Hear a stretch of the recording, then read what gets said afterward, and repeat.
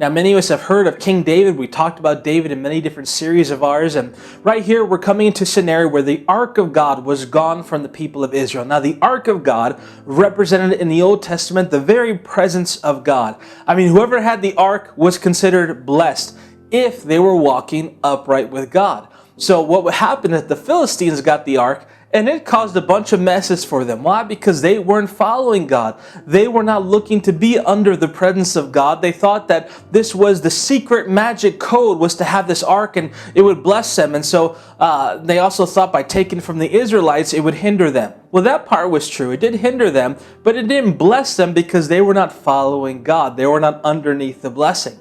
So the Philistines said, all right, forget it. We want to get rid of this ark. So they sent it on some cattle and just sent it away. Well, the people of Israel found out about it. They saw it coming.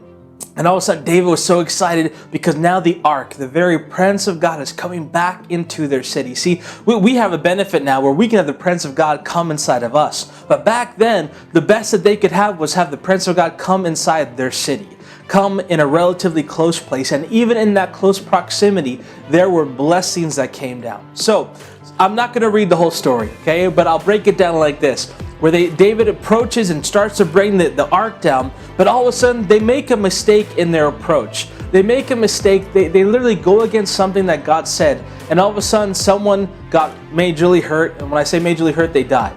All right. So worst case scenario literally happened. Someone died, and David got so upset that all of a sudden he said, "You know what? What the heck's going on?" And he dropped off the ark at someone's house. He said, all right, let's just leave it here. We need to regroup.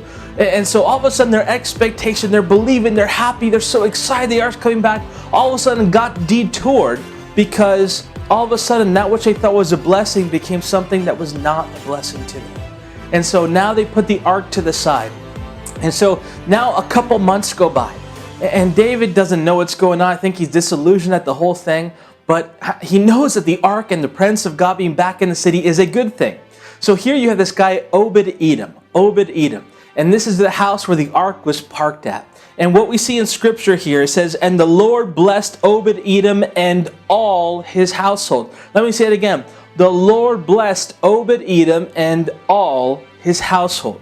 All right? And then it goes on to say, and all that belongs to him because of the ark of the Lord. So the Lord blessed not only his household, but everything that belonged to him was blessed because of the ark of God that was in his house.